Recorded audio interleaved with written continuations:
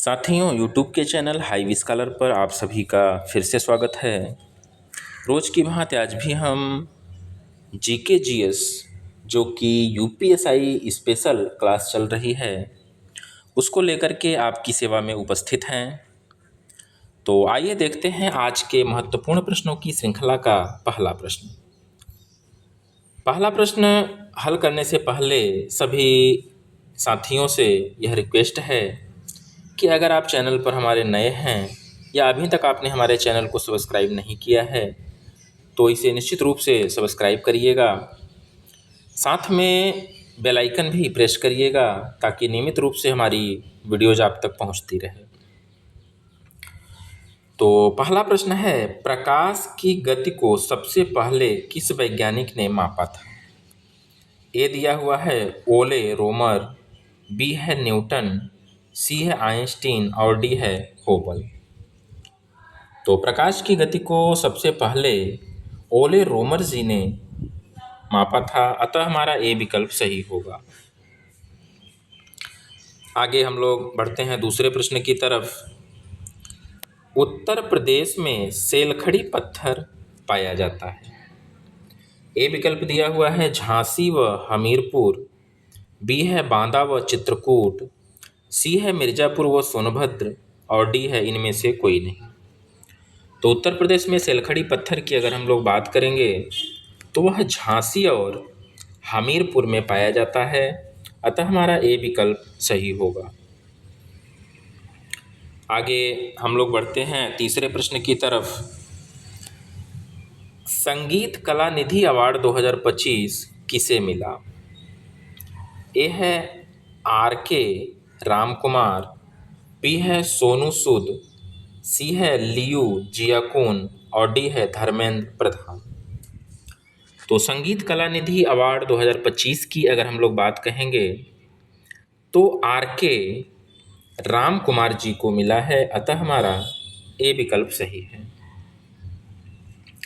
आगे हम लोग बढ़ते हैं चौथे प्रश्न की तरफ। भारत का सर्वोच्च नागरिक सम्मान है। ए दिया हुआ है नोबेल पुरस्कार, बी है ज्ञानपीठ पुरस्कार, सी है पद्म भूषण और डी है इनमें से कोई नहीं। तो भारत के सर्वोच्च नागरिक सम्मान पुरस्कार की अगर हम लोग बात करेंगे तो वह ज्ञानपीठ पुरस्कार है, अतः हमारा बी विकल्प सही होगा। आगे हम लोग बढ़ते हैं पांचवें प्रश्न की तरफ। बैंकों का राष्ट्रीयकरण किस प्रकार के नियोजन के अंतर्गत आता है? ए विकल्प दिया हुआ है संरचनात्मक नियोजन, बी दिया हुआ है क्षेत्रीय नियोजन, सी दिया हुआ है प्रकार्यात्मक नियोजन और डी दिया हुआ है इनमें से कोई नहीं। तो बैंकों का जो राष्ट्रीयकरण है वह संरचनात्मक नियोजन के अंतर्गत आता है, अतः हमारा ए विकल्प सही होगा। आगे हम लोग बढ़ते हैं छठे प्रश्न की तरफ। छठा प्रश्न है, गाय बछड़े को दूध पिला रही है, वाक्य में क्रिया है, कौन सी क्रिया है इसमें, ऐसा पूछा जा रहा है। ए विकल्प दिया हुआ है संयुक्त क्रिया, बी दिया हुआ है एक कर्मक क्रिया, सी दिया हुआ है द्विकर्मक क्रिया और डी दिया हुआ है इनमें से कोई नहीं। तो गाय बछड़े को दूध पिला रही है, इस वाक्य में द्विकर्मक क्रिया है, अतः हमारा सी विकल्प सही होगा। आगे बढ़ते हैं सातवें प्रश्न की तरफ और बहुत ही महत्वपूर्ण प्रश्न हमारे स्क्रीन पर आ चुका है। सेमीकॉन इंडिया 2025 का उद्घाटन किसने किया? ए विकल्प दिया हुआ है नरेंद्र मोदी, बी दिया हुआ है योगी आदित्यनाथ, सी दिया हुआ है ए और बी दोनों और डी दिया हुआ है इनमें से कोई नहीं। तो सेमीकॉन इंडिया 2025 के उद्घाटन की हम लोग बात कहेंगे तो प्रधानमंत्री नरेंद्र मोदी जी द्वारा ऐसा किया गया है, अतः हमारा ए विकल्प सही होगा।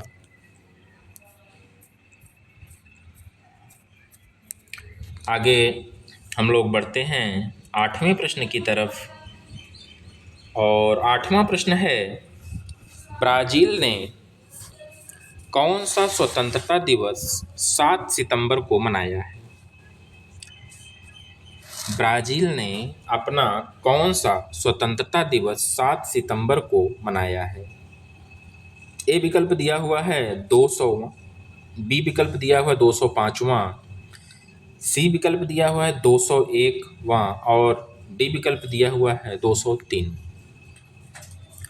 तो ब्राज़ील ने अपना स्वतंत्रता दिवस जो कि 7 सितंबर को मनाया है वह 203वां स्वतंत्रता दिवस उसने मनाया है। ठीक है।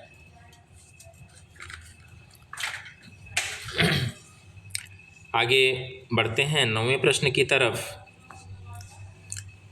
दिल्ली में अंगीकार 2025 अभियान किसने शुरू किया? नई दिल्ली में अंगीकार 2025 अभियान किसने शुरू किया है?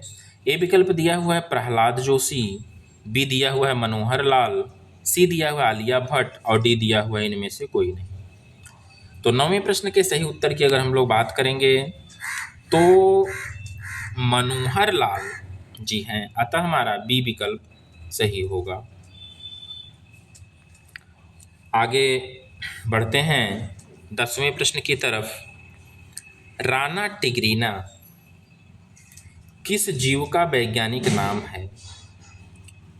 प्रश्न पूछा जा रहा है, राना टिग्रीना किस जीव का वैज्ञानिक नाम है? ए दिया हुआ है तेंदुआ, बी दिया हुआ है मेढक, सी दिया हुआ है बाघ और डी दिया हुआ है भेड़िया। तो राना टिग्रीना जो है मेढक का वैज्ञानिक नाम है, अतः हमारा बी विकल्प सही होगा। आगे हम लोग बढ़ते हैं 11वें प्रश्न की तरफ। 11वां प्रश्न है, भारतीय राष्ट्रीय कांग्रेस के संस्थापक अध्यक्ष कौन थे? ए विकल्प दिया हुआ है जॉर्ज यूले, बी दिया हुआ है व्योमेश चंद्र बनर्जी, सी दिया हुआ है दादा भाई नौरोजी और डी दिया हुआ है इनमें से कोई नहीं। तो भारतीय राष्ट्रीय कांग्रेस के संस्थापक अध्यक्ष व्योमेश चंद्र बनर्जी जी थे, अतः हमारा बी विकल्प सही होगा। आगे बढ़ते हैं हम लोग 12वें प्रश्न की तरफ। किस यंत्र के द्वारा विद्युत परिपथ में बहने वाली धारा की पहचान होती है? ए विकल्प दिया हुआ है अमीटर, बी है वोल्ट मीटर, सी है जनरेटर और डी दिया हुआ है उपरोक्त सभी। तो विद्युत परिपथ में बहने वाली धारा की पहचान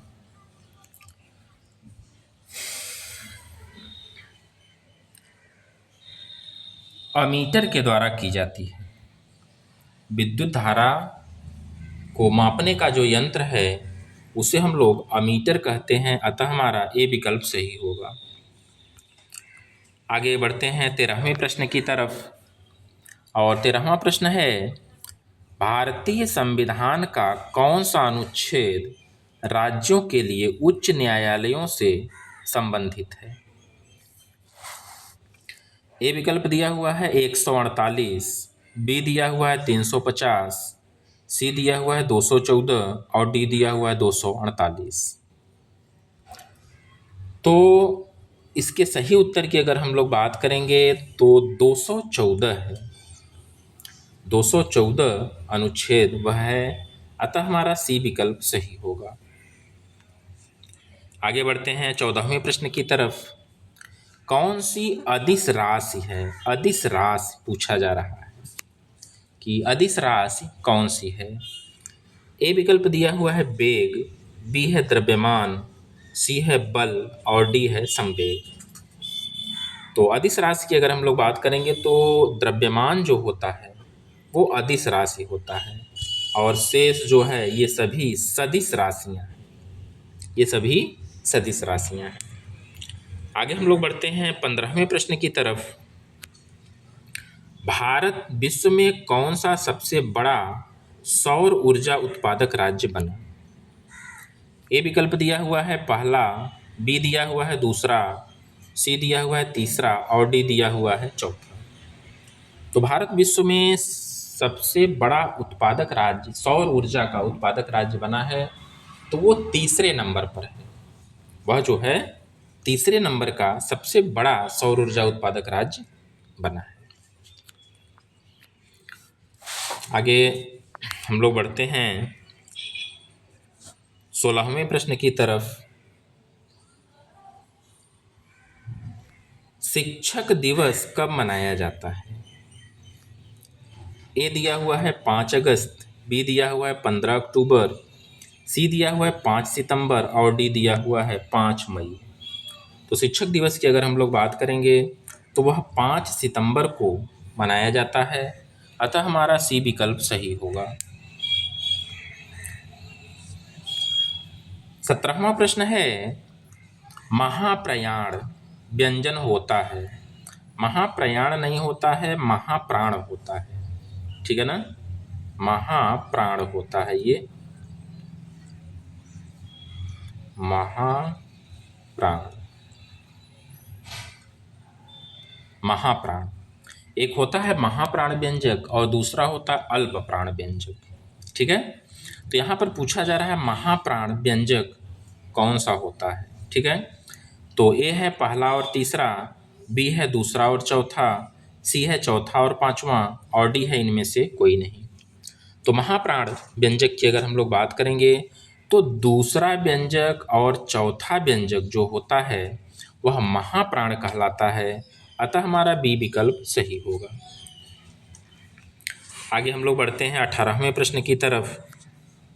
महमूद गजनवी ने भारत में कुल कितनी बार आक्रमण किया?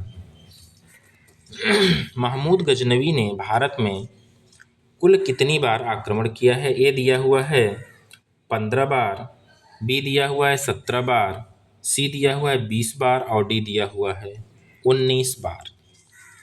तो महमूद गजनवी की अगर हम लोग बात करेंगे तो इन्होंने कुल 17 बार आक्रमण किया था, अतः हमारा बी विकल्प सही होगा। आगे हम लोग बढ़ते हैं 19वें प्रश्न की तरफ। सिंधु सभ्यता से प्राप्त नर्तकी किस धातु की बनी है? इम्पॉर्टेंट प्रश्न है। ए दिया हुआ है लोहा, बी दिया हुआ है तांबा, सी दिया हुआ है स्टील और डी दिया हुआ है कांसा। तो सिंधु सभ्यता से प्राप्त जो नर्तकी की मूर्ति है यह कांसे से निर्मित है, अतः हमारा डी विकल्प सही होगा। सिंधु सभ्यता से प्राप्त जो मूर्ति है वह कांसे से निर्मित है। आगे हम लोग बढ़ते हैं 20वें प्रश्न की तरफ। 20वां प्रश्न है, राजसमंद झील कहाँ स्थित है? बहुत ही महत्वपूर्ण प्रश्न है यह। राजसमंद झील कहाँ स्थित है? ए विकल्प दिया हुआ है बिहार, बी दिया हुआ है मध्य प्रदेश, सी दिया हुआ है राजस्थान और डी दिया हुआ है तमिलनाडु। तो राजसमंद झील की अगर हम लोग बात कहेंगे तो यह राजस्थान में स्थित है, अतः हमारा सी विकल्प सही होगा। तो साथियों, प्रश्नों के माध्यम से हम लोग यूपीएसआई की क्लास को प्रारंभ किए हैं और आज यह क्लास नंबर 12वीं क्लास है। आज यह 12वीं क्लास है। तो शेष क्लासें भी यूट्यूब के चैनल पर हैं, उसे आप लोग अगर देखना चाहते हैं तो निश्चित रूप से आप देखिए। आपकी परीक्षा के लिए बहुत ही महत्वपूर्ण प्रश्नों का संकलन आपको यहाँ पर मिलेगा और इन प्रश्नों के माध्यम से आप अपनी तैयारी को बहुत ही मजबूत कर सकते हैं, अपने कॉन्फिडेंस को बढ़ा सकते हैं। तो आज के लिए इतना ही। कल पुनः हम लोग 20 प्रश्नों के साथ फिर से हम आपसे मिलेंगे। तब तक के लिए बने रहिएगा हमारे चैनल हाईवी स्कॉलर पर। धन्यवाद।